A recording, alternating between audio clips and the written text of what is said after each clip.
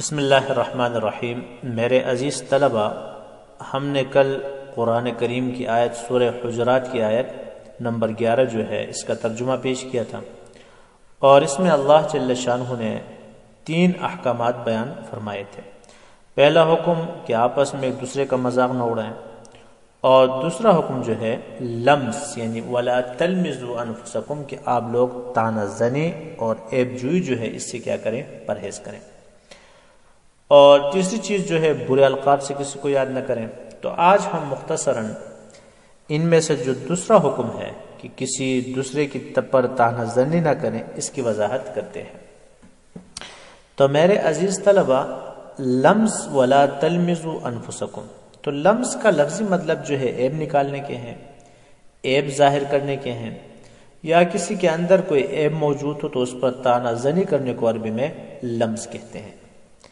تو اللہ تعالیٰ فرماتے ہیں لا تلمزوا انفسکم، تو یہاں اس کا لفظی ترجمہ یہ ہے کہ تم اپنے عیب نہ نکالو۔ حالانکہ کہنا تو یہ چاہیے تھا کہ دوسروں کے عیب نہ نکالو، لیکن اللہ تعالیٰ فرماتے ہیں کہ تم اپنا عیب نہ نکالو۔ حالانکہ اس آیت کا اصل مطلب تو یہی ہے کہ تم دوسروں کے عیب نہ نکالو، دوسروں پر طعنہ زنی نہ کرو، لیکن اللہ تعالیٰ نے اسلوب کلام بدل دیا اور فرمایا کہ وَلَا تَلْمِزُوا أَنفُسَكُمْ، کہ تم اپنے آپ کی عیب جوئی نہ کرو، اپنے آپ پر طعنہ زنی نہ کرو۔ تو اصل میں اس میں حکمت یہ ہے کہ پہلی بات یہ ہے کہ مسلمان کا بھائی ہے، جیسے کہ ہم پہلے پڑھ کر آ چکے ہیں انما المؤمنون اخوہ۔ تو لہٰذا کسی مسلمان کی عیب جوئی کرنا گویا کہ اپنے آپ کی عیب جوئی کرنا ہے، اپنے آپ پر طعنہ زنی کرنا ہے۔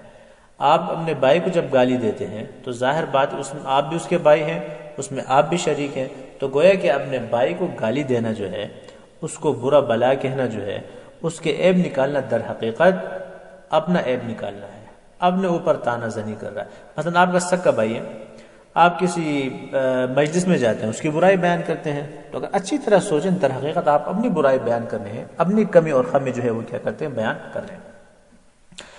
اور دوسری بڑی حکمت اس میں یہ ہے کہ اگر آپ کسی کی برائی بیان کریں گے تو ظاہر بات ہے کہ پھر وہ آپ کی برائی بیان کرے گا۔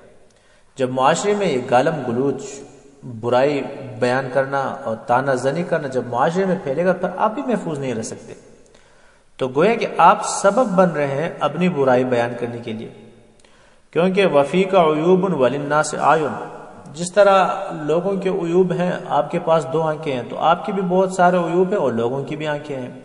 تو جس طرح آپ دوسروں کے عیوب کو دیکھتے ہیں، آپ کے عیوب کو بھی دیکھا جائے گا۔ تو آپ دوسروں پر جب طعنہ زنی کریں گے تو آپ پر بھی طعنہ زنی کیا جائے گا۔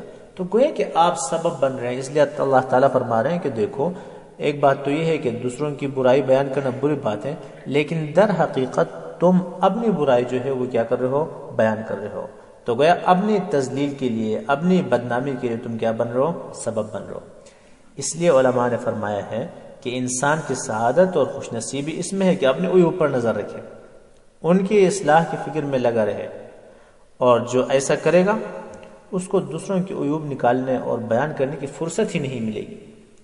لیکن ہمارا مسئلہ یہ ہے کہ ہم اپنے گریبان میں تو جانتے نہیں ہیں، لیکن دوسروں کے عیوب نکالنا، دوسروں کی برائی بیان کرنا، ان کی اصلاح کی کوشش کرنا، یہ ہماری ایک فطرت بن چکی ہے۔ تو بہت اچھی بات ہے کہ دوسروں کی اصلاح کی بھی فکر ہو، لیکن اتأمرون الناس بالبر وتنسون انفسکم، دوسروں کو اچھائی کا حکم کرتے ہو، اپنے کو بھول جاتے ہو۔ تو پہلی چیز جو ہے آپ اپنے آپ کو دیکھیں کہ میرے اندر کتنے عیوب ہیں۔ تو انسان جب اپنے عیوب کو جب دیکھے گا، ان کی اصلاح کی کوشش کرے گا، ان کے پیچھے جب پڑے گا، تو دوسروں کے عیوب کو دیکھنے کا اس کو فرصت ہی نہیں ملے گا، اس کو طعنہ دینے کا، اس کو عیب جوئی کرنے کا کوئی موقع ہی نہیں ملے گا۔ لیکن آج کل مسئلہ یہ ہے عزیز طلبہ کہ ہمارے سارے جو توجہ ہے وہ دوسروں پر ہے، دوسروں کی اصلاح کی کوشش کی کہ اس سے فلان غلطی ہوئی، یہ ہوئی نہیں۔ تو یہاں اللہ تعالیٰ فرما رہے ہیں کہ چھوڑو ان باتوں کو، وَلَا تَلْمِزُوا أَنفُسَكُمْ، اپنی اصلاح کرو، اپنی زندگی کو دیکھو کہ آپ کی زندگی کیسی ہے، اللہ تعالیٰ کے احکامات آپ کے اندر موجود ہیں یا نہیں ہیں، اللہ تعالیٰ نے جو معاملات کے جو احکامات بیان کیے ہیں، معاشرت کے ہیں، عبادات کے ہیں، وہ ہمارے اندر زندہ ہیں یا نہیں۔ تو فلان کیسے کر رہا ہے، اس کے عیوب کیسے ہیں فلان، ان چیزوں کو کیا کرنا چاہیے؟ چھوڑنا چاہیے۔